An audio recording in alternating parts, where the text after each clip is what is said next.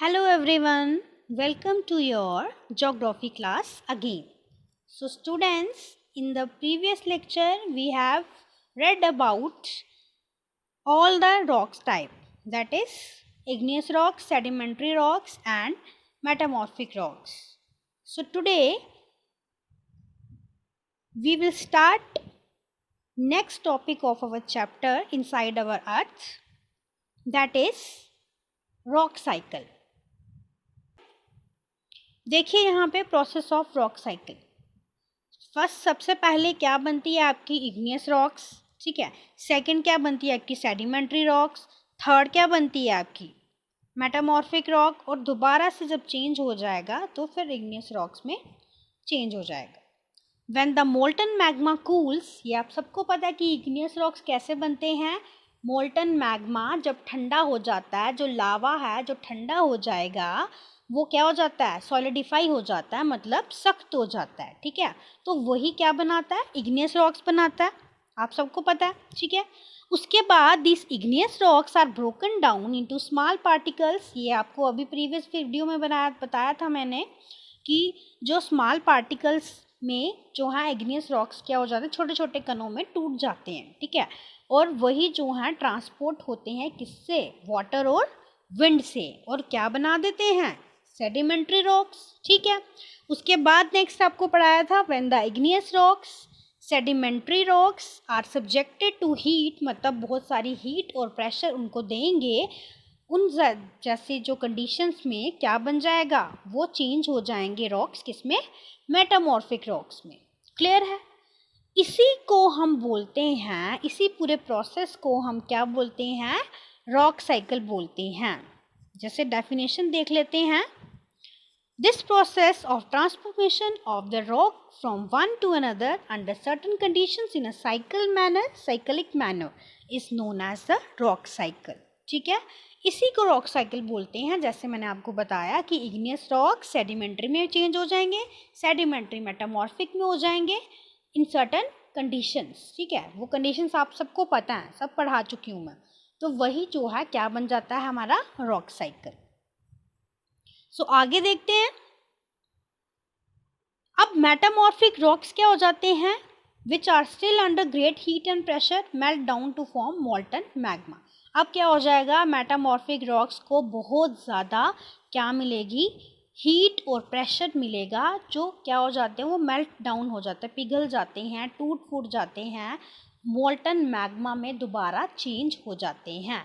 जब बहुत सारा हीट बहुत सारा प्रेशर मिलेगा तो वो क्या हो जाएंगे, मैग्मा बन जाएंगे, मैग्मा में चेंज हो जाएंगे। जैसे कि आपको पहले बताया था मैंने कि मैग्मा में क्या होता है, बहुत सारे रॉक्स के pieces, soil, hot burning gases, ये सब होता है।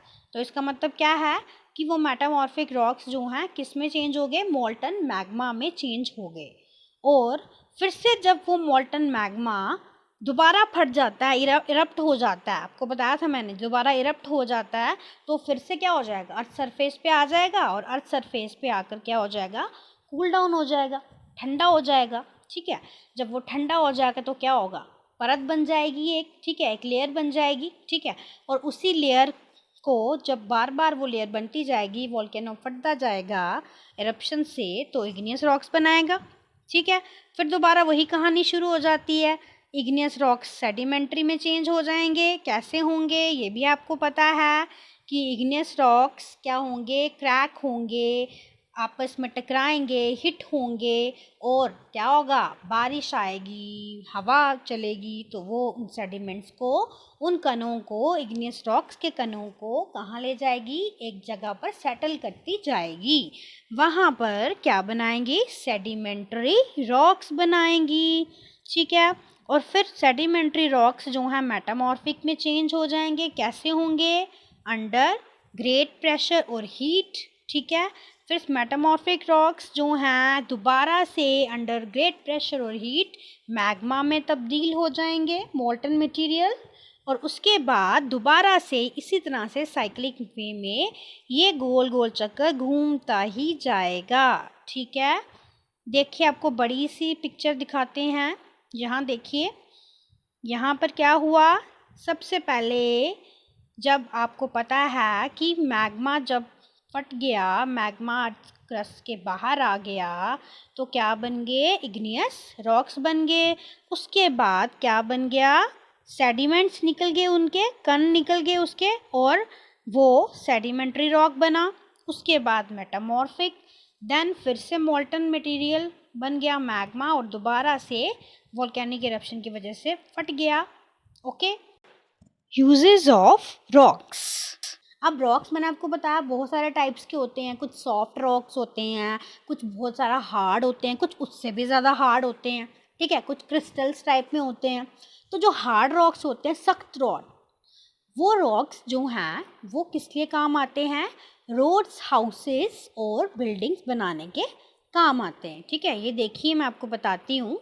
ये हैं, ये हाउस है, आपने देखे होंगे इस तरह के हाउसेस जो किससे बनते हैं? रॉक से बनते हैं, पत्थर से बनते हैं, ना कि ब्रिक्स से, ईंटों से नहीं, पत्थर से बने होते हैं, ठीक है।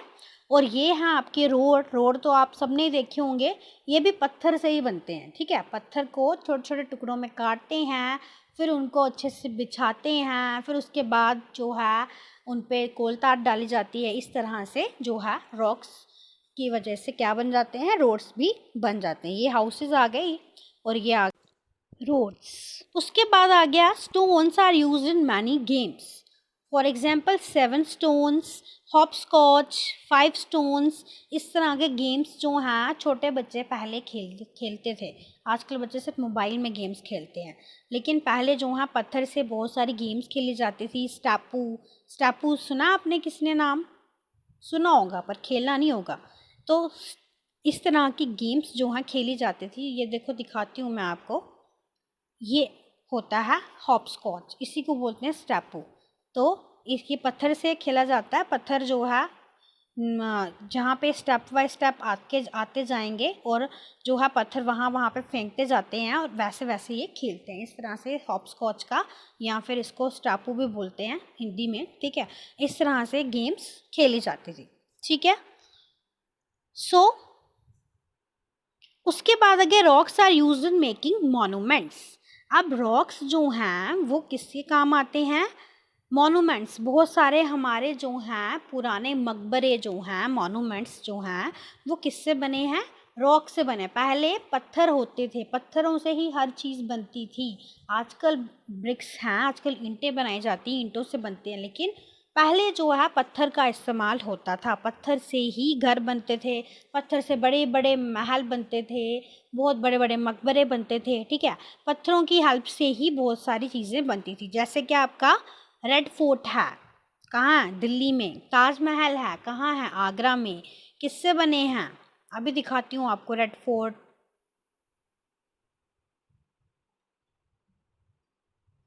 ये देखिए जी, ये आ गया आपका ताजमहल, जो वाइट मार्बल से बना है। इतना सुंदर ताजमहल। कईयों ने घूम के आए होंगे कई यहाँ पर, और कईयों ने फ़ोटोज़ में देखा होगा, ठीक है। तो इस तरह का इतना सुंदर सा, ये किससे बना है? पत्थर से ही बना है, वाइट मार्बल, ठीक है। एक और है पिक्चर मेरे पास, जो है रेड फोर्ट की, जो किससे बना है? रेड सैंडस्टोन से।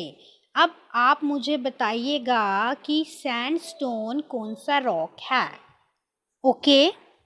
So do you know. अब डू यू नो वाले फैक्ट जो हैं आपकी बुक में हैं, ये भी जो है पढ़ना ज़रूरी है। तो इन्हें पढ़ते हैं अब हम। Rocks are made up of different minerals. तो रॉक्स जो हैं बहुत ही ज़्यादा डिफरेंट मिनरल से बने होते हैं। जैसे कि मैंने आपको पहले बताया था स्टार्टिंग में ही, कि हमारी अर्थ की बहुत सारी लेयर्स हैं, और जिन लेयर्स में हमने ये भी पढ़ा था, सियार लेयर, सीमा लेयर, नाइफ।